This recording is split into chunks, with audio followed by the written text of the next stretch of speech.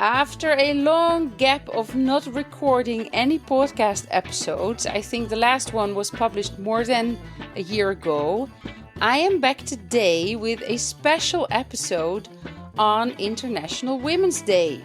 I was supposed to give a tour today with the title Important Historical Women in Jerusalem, but due to the current reality of war with Iran, the tour had to be postponed. And I decided to record an episode and pick up podcasting for as long as this war is keeping us at home. If you are a long-time listener, you will realize that I changed the name of the podcast, but I'm still the same Crystal with a lot of new stories and interesting information to share with you. In the last year, I've worked on a number of new themed tours in and around the old city of Jerusalem, and I've practiced on members of the expat community that live and work in Jerusalem, because hardly any revival of tourism actually in the last 2 years, but thanks God for the expats. And I hope you will enjoy this episode, and if the state of war continues, I will probably be uploading more new content. As my dear friend and colleague Nadia said, we always speak about history, but what about her story? History is often written by men, and more precisely by the winners, by the victors, the men with power and money. And it's much harder to find information about the women that played an important role in the history of Jerusalem in this case. But there are many women who made it into the history books and into the memory of the residents of the city. Of course, there are many stories of individual women that have contributed to the social fabric and the important events that color the history of Jerusalem. You can't name them all, and you can't name everyone. There is only so much publicly available. So in the tour I designed, we will be talking about 20 women from different time periods with different social and cultural and religious backgrounds. We will start the tour from the Virgin Mary tomb in the Kidron Valley and then move through the old city to the David's Tower near Jaffa Gate. It's called David's Tower, but it was actually built by King Herod the Great, originally as his palace. He lived there with his wife Mariamne, the one whom he later killed because he was so jealous. But I will talk about that during the tour, obviously. We will also be talking about women from the Old and New Testament of the Bible, such as Bathsheba, the mother of King Solomon, about Maryam or Mary, the mother of Jesus, and her mother, Hannah or Anna or Anne, and of course Mary Magdalene, the apostle who was closest to Jesus, who witnessed his crucifixion and was the first one to see him after his resurrection. We'll also talk about women with real power, such as the Byzantine Empress Eudocia, and the Crusader queens, Morphia and Melisende. We'll learn about ascetic religious women, such as Rabia al Adawiya, a Sufi mystic, and the Jewish prophetess Hulda, and the Christian nun Pelagia, who lived as a hermit on Mount Olives, but disguised as a monk, because it was not common for women to live in seclusion, and these three women share the same tomb on the Mount of Olives. There were also many women who became famous for their charitable acts. For example, the wife of Sultan Suleiman the Magnificent, Khassaki Sultan. And there was Hind al Husseini, who established a school for the orphans of the Deir Yassin massacre in 1948.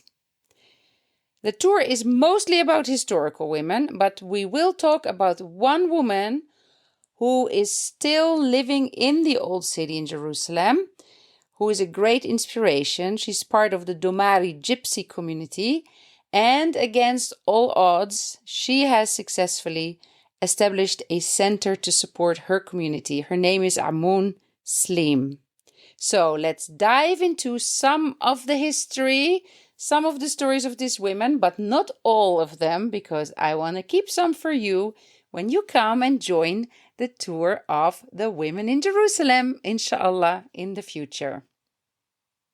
Let us start with Mary Magdalene. She is perhaps the most misunderstood and misrepresented woman in Christian history. You may have seen, if you know Jerusalem, on Mount of Olives, the Russian Orthodox Church with the golden onion-shaped domes. The church is named after Mary Magdalene because it was built by Tsar Alexander for his mother, and her patron saint was Mary Magdalene. But who was the real Mary Magdalene? She came from Magdala. Magdala was a prosperous fishing town on the Sea of Galilee, so she was not a village girl. She was from a city where there was quite a lot of economic activity, and it was under Roman influence. And then the Bible tells us that Jesus cast out 7 demons of her. Now, in the ancient world, casting out demons often meant that you were suffering severely from something. It didn't necessarily mean moral failure. Somehow, later in the tradition, she was turned into a prostitute who repented and went away from her old sin. But that is never mentioned like that in the Bible. When she became the apostle of Jesus, she was one of his closest apostles. And she is the one who was with him when he was crucified, while all the male disciples had fled. She stood near the cross and she saw where he was buried. And then, an astonishing detail, she was the first one to witness his resurrection. Not the male apostles, it was Mary Magdalene to whom Jesus first appeared. It's written in the Gospel of John that she meets Jesus near to his tomb, and at first she thinks that he's the gardener. And then when he calls her by her name, Mary, that's the moment where she recognizes him, and she has been given the title Apostle to the Apostles. So it's quite interesting that in the first century, in a Jewish environment in the Greco-Roman world, where women were not generally much accepted as legal witnesses in court, the central miracle of Christianity is now first entrusted to a woman. That is historically intriguing. If someone were inventing the story in that culture, would they then have chosen a woman as the primary witness? So the most important news in Christian history was first carried through the streets of Jerusalem by a woman. And maybe it's also interesting to mention that in the 19th century, a Coptic manuscript was found in Egypt that dated to the 2nd century, and it is titled The Gospel of Mary. Now, scholars do not have consensus if Mary Magdalene really wrote it herself, but what we know is that the Gospel of Mary reflects early Christian mystical Gnostic traditions. It is named after Mary Magdalene because it portrays her as the most important spiritual teacher, and that she received secret teachings from Jesus himself. But it doesn't mean that she wrote the Gospel of Mary Magdalene. And in that Gospel, there are 7 pages that are missing. And it seems that those pages were very relevant teachings that Mary Magdalene had received from Jesus himself. But we don't know what they say because, unfortunately, they have been lost. Not far from Mary Magdalene's church, there is another church called the tomb of Virgin Mary. And in the tomb of Virgin Mary, it is Mother Mary, the mother of Jesus, who was buried. But when you visit the tomb, you will soon realize that it is an empty tomb. Just like the Church of the Holy Sepulchre, the Holy Tomb, was built around the tomb of Jesus, this is a church built around a rock-cut tomb in which Mary, according to the tradition, laid down on a piece of bedrock, and then she was, as they call it, assumpted. This is the assumption of Mary. She didn't ascend like Jesus ascended from the Mount of Olives. She just fell in a deep sleep and her body disappeared. This is not something that's mentioned in the Bible. This comes from an apocryphal book that explains the dormition of Mary. And there is another site in Jerusalem where that is commemorated, and that is on Mount Zion. That is the Dormition Abbey, a German Benedictine church that basically commemorates the same story, just on the other side of the old city. Now, Mother Mary is a very interesting figure because she is highly venerated both amongst Christians as well as amongst Muslims. She's actually mentioned in the Quran more often than in the Bible.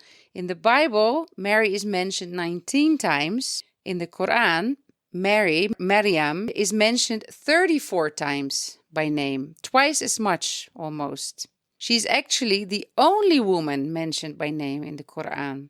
There's even an entire chapter in the Quran mentioned after her, Surah Maryam. That's the 19th surah. What do we know about Mary? Mary was a girl probably from Nazareth, although her mother, in English Anne, in Hebrew Hannah, she was probably born in Jerusalem. And so there is a church, the St. Anne Church, which is built over the cave that was part of the house where they used to live. So there is also a tradition that says that Maryam or Mary grew up in Jerusalem.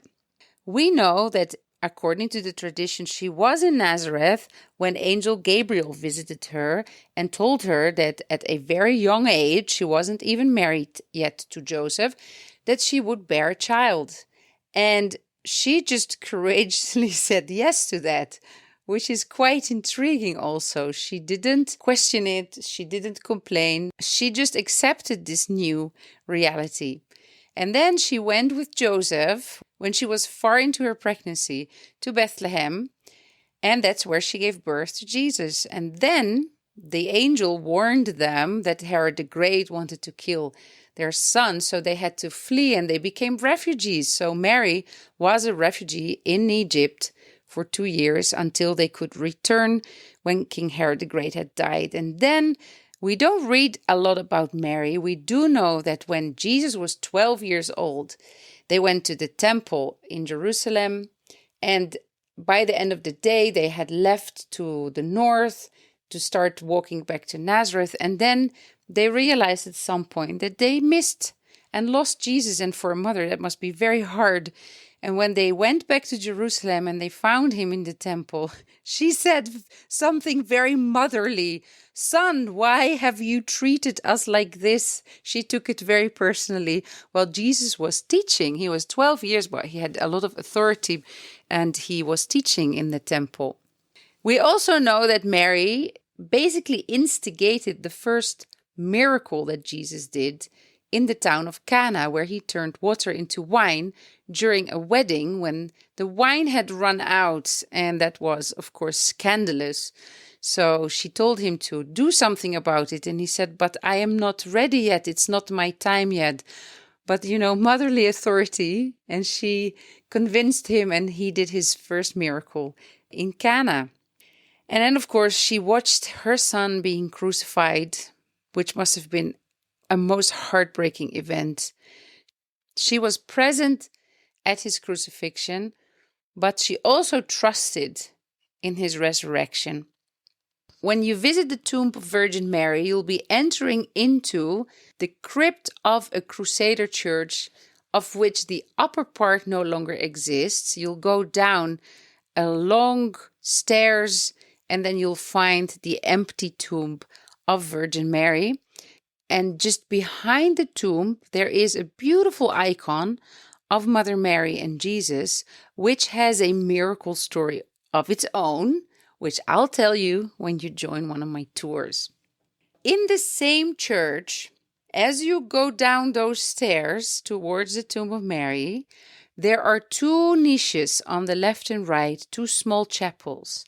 And that is the place where the two Armenian queens of Jerusalem were buried in the 12th century. Queen Morphia was not a Western European queen. She was Armenian. She was the daughter of a ruler from Melisende in today's eastern Turkey. She married King Baldwin II of Jerusalem, and she brought something unusual to the Crusader court, which was Eastern Christian heritage. The Crusaders who had come, they were all Catholics, but the Armenians were Eastern Christians.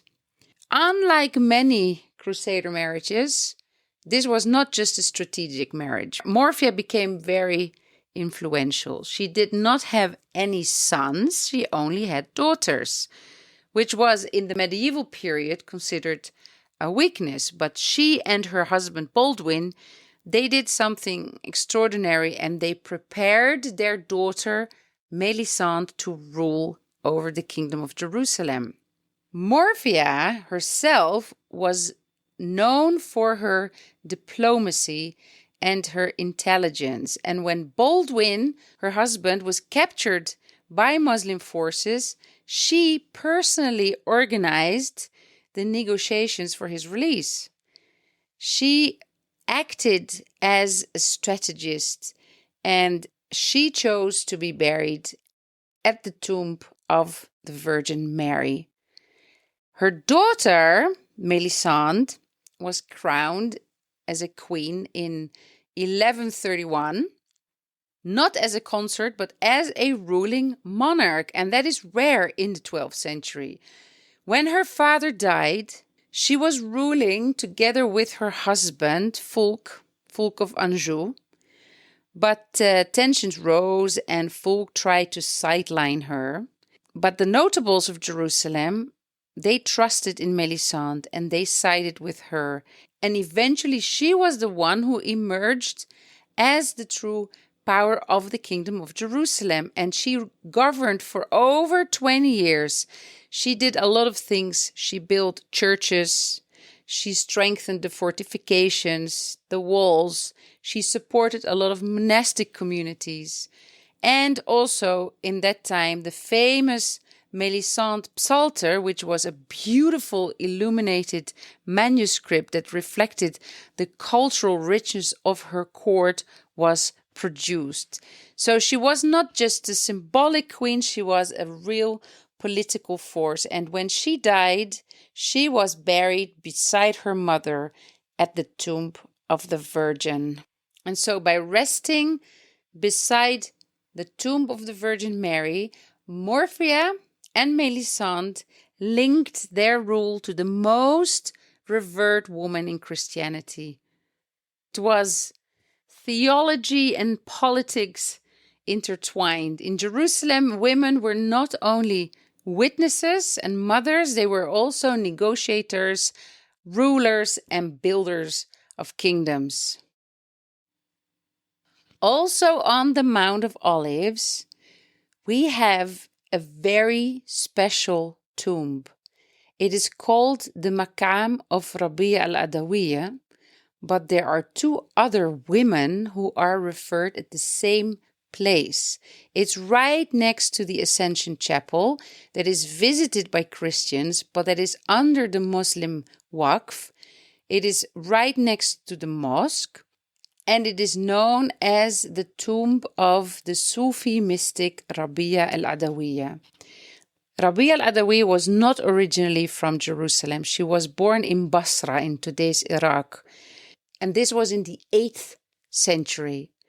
She was born in a very poor family who sold her into slavery. But then because she was always meditating and she was so close to God, her master saw this miraculous light over her while she was praying, and he decided to free her. And then Rabia al Adawiya dedicated her life to preaching love for God, and especially love for God for his own sake, not out of fear for hell, not for a reward, heaven, but for the true nature of God.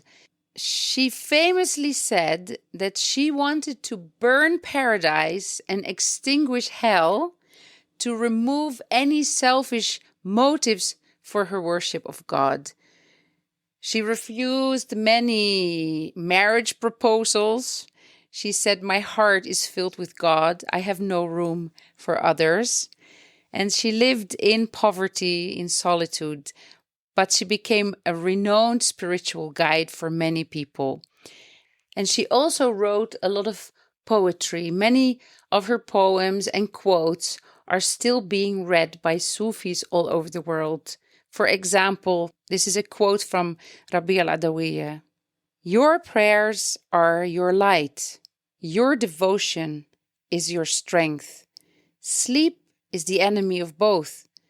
Your life is the only opportunity that life can give you.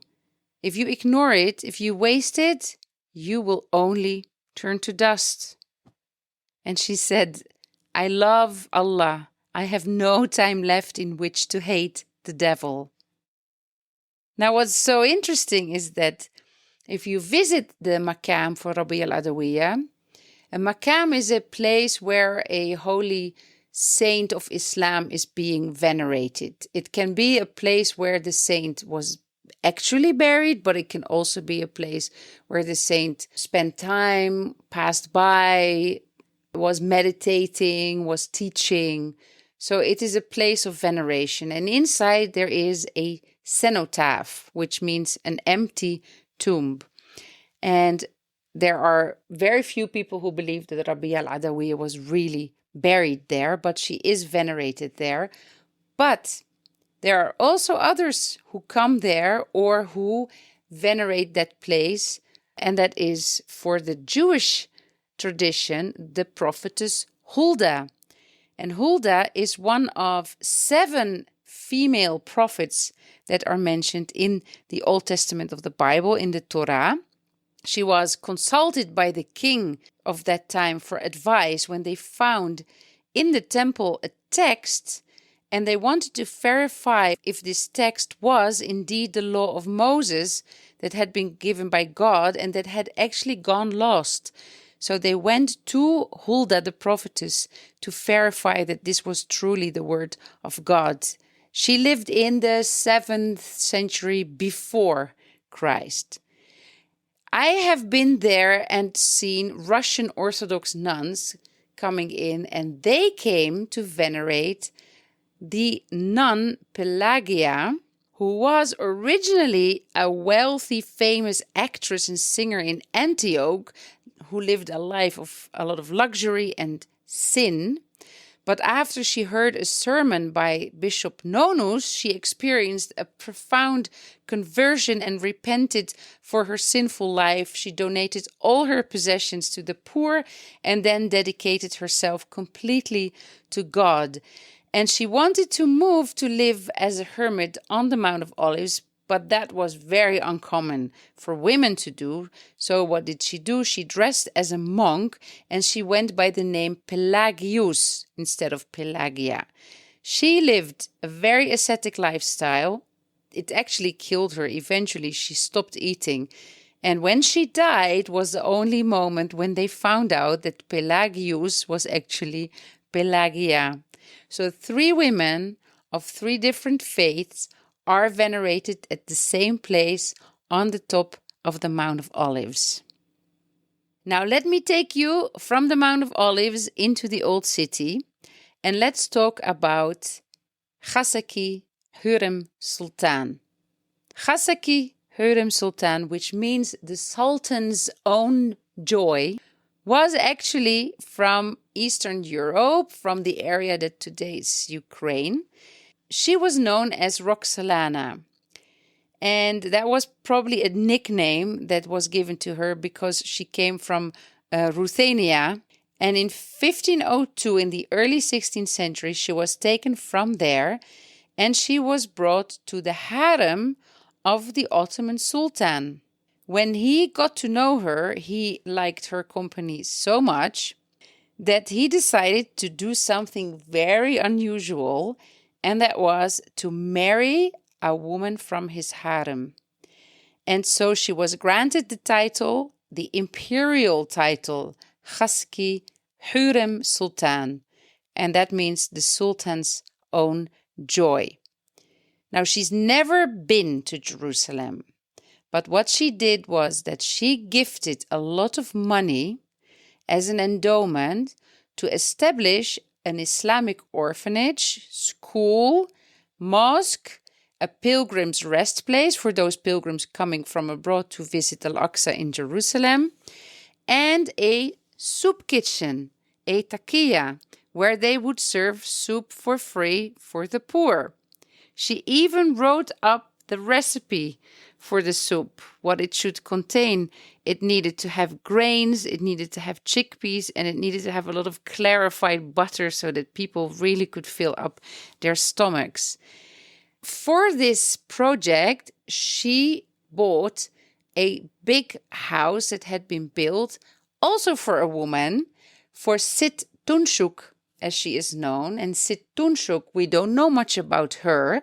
We just know that she was probably the wife of an important Mamluk governor, and that she loved Jerusalem so much that she had a very big palace built very close to the Aqsa compound, and that eventually she was buried in the building right across from it that until today is known as the tomb of Sit Tunshuk. So her palace was bought by Khassaki Sultan, who then established all these charitable societies there. And the soup kitchen that was established is still functioning until today and has been functioning for 500 years, handing out food for the poor people. But not only poor people, there are many people who come to eat from the soup because they believe it gives barakah. So during the tour, I will take you to this place. The complex was named Al-Imara Al-Amira, from the Ottoman meaning, a building that provides food as a charity, also known as the takiya or public kitchen. And here it's known amongst the people simply as Khassaki Sultan. Continuing a little bit further up towards the Holy Sepulchre Church, we have to talk about a very important woman whose name is Helena, Queen Helena. She was the mother of Constantine, yes, the emperor who adopted Christianity, who made Christianity legal in the Roman Empire. And his mother was a Christian, and she came to Jerusalem and lived in Jerusalem for a period of time. But let's first talk about where she was from originally. She was from a place called Drepanium in Asia Minor. Later, it was actually renamed after her, in her honor, Helenopolis, the city of Helena. She was probably a very simple stable maid or innkeeper with a low status, which makes her very unusual among all the imperial consorts.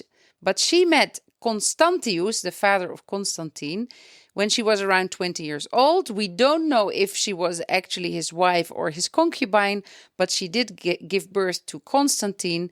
And then she was cast out by Constantius, the father, when Constantine was around 7 years old. So she became a single mom, and Constantius didn't want her to spend a lot of time with her son, so he brought him to the palace. And It took a lot of years until she would see him again. But then Constantine had a very strong relationship with his mother, and he elevated her later when he became the emperor to be the Augusta. He gave her the title of empress, and that gave her a lot of status and influence. Now, Helena came to visit Jerusalem on a pilgrimage in the year 326. And this is one of the earliest recorded pilgrimages, Christian pilgrimages, by a woman. And it has transformed the religious landscape of the city completely, because she was the one who started to look for those sites where Jesus was born, where he did his miracles, where he did his teachings, where he eventually was crucified and buried and resurrected and ascended. And all those places that she found out through the memory of the people of Jerusalem, the traditions that had been handed over from generation to generation, some of the things that she found in writings, she appointed the locations and had churches built. So, for example, the Church of Nativity in Bethlehem was built because of Helena. The Church of the Holy Sepulchre in Jerusalem, over the tomb and over the place of crucifixion, was built by Queen Helena. And there is a church on the Mount of Olives that was called the Eleona Church, was built there because Queen Helena said this is the place from where Jesus ascended into heaven. And so she was very important for the early Christian traditions in Jerusalem. She is also said to have found the true cross of Christ. In their excavations, trying to look for remains of the crucifixion story, they found 3 crosses, it is said. And through a miracle, they could identify the one of the 3 crosses that they found. That was the one on which Jesus died, because she brought an old lady, sick lady from the city, and let her touch the 3 crosses. And the one that healed and cured the lady was considered the true cross of Christ. Helena died at the age of 80 years. She was buried in Rome, and her sarcophagus is in the Vatican Museum in Rome. Her work, Helena's work, actually laid the groundwork for another woman, a later Byzantine empress called Eudocia, and she expanded the Christian infrastructure of Jerusalem. Her real name in Greek was Athenais, but she became known as Eudocia. She was born around 400 in Athens, in a family with Greek origins. And her father was a very prominent man, a sophist and a teacher of rhetorics. But he was a pagan, and he provided her with a classical education. So a lot of reading and writing poetry. When her father passed away, she was left with nothing because her brothers didn't really provide for her. So she had to live with her aunt in Constantinople. But that was a good thing, because her aunt then introduced her to Augusta Pulcheria, and Pulcheria told her brother that she had found the perfect wife because she was very beautiful and smart. And that's how she eventually married Theodosius, who became the emperor. And so she was the wife of Emperor Theodosius. And she held the title of Augusta. And what did she do for Jerusalem? Well, she was the one who expanded the city walls of Jerusalem. And she decided to include the Mount Zion, because on the Mount of Zion there was a very big Byzantine church, very important. It was called the Mother of all churches, and it venerated Mother Mary. But it's also the area where they believed that the Last Supper had taken place. So she included Mount Zion, which today is excluded. If you go to the Mount Zion, you will leave the old city through Zion Gate, and you're outside of the city walls. In the time of Eudocia, the city walls would also protect the Mount Zion.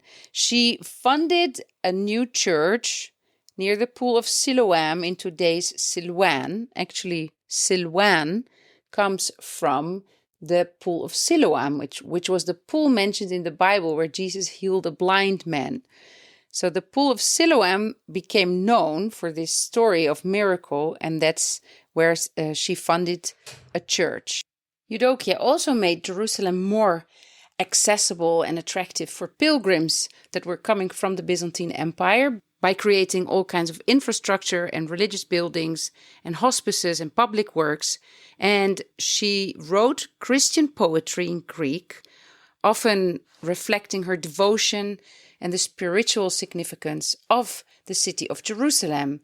These works were widely read in the Eastern Christian world, and this boosted the cultural prestige of Jerusalem.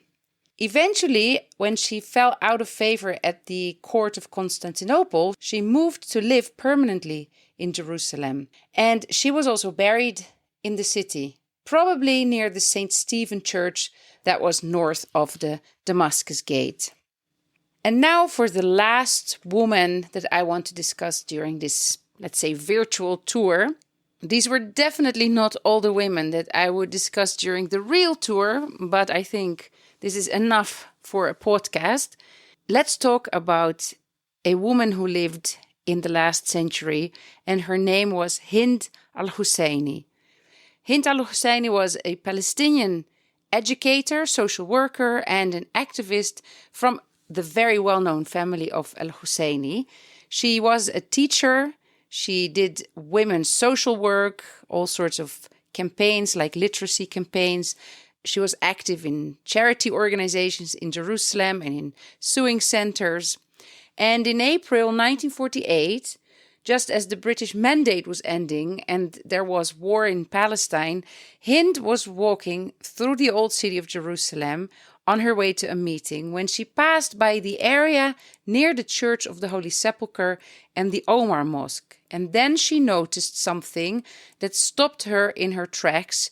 There was a group of about 55 children, all under the age of 9.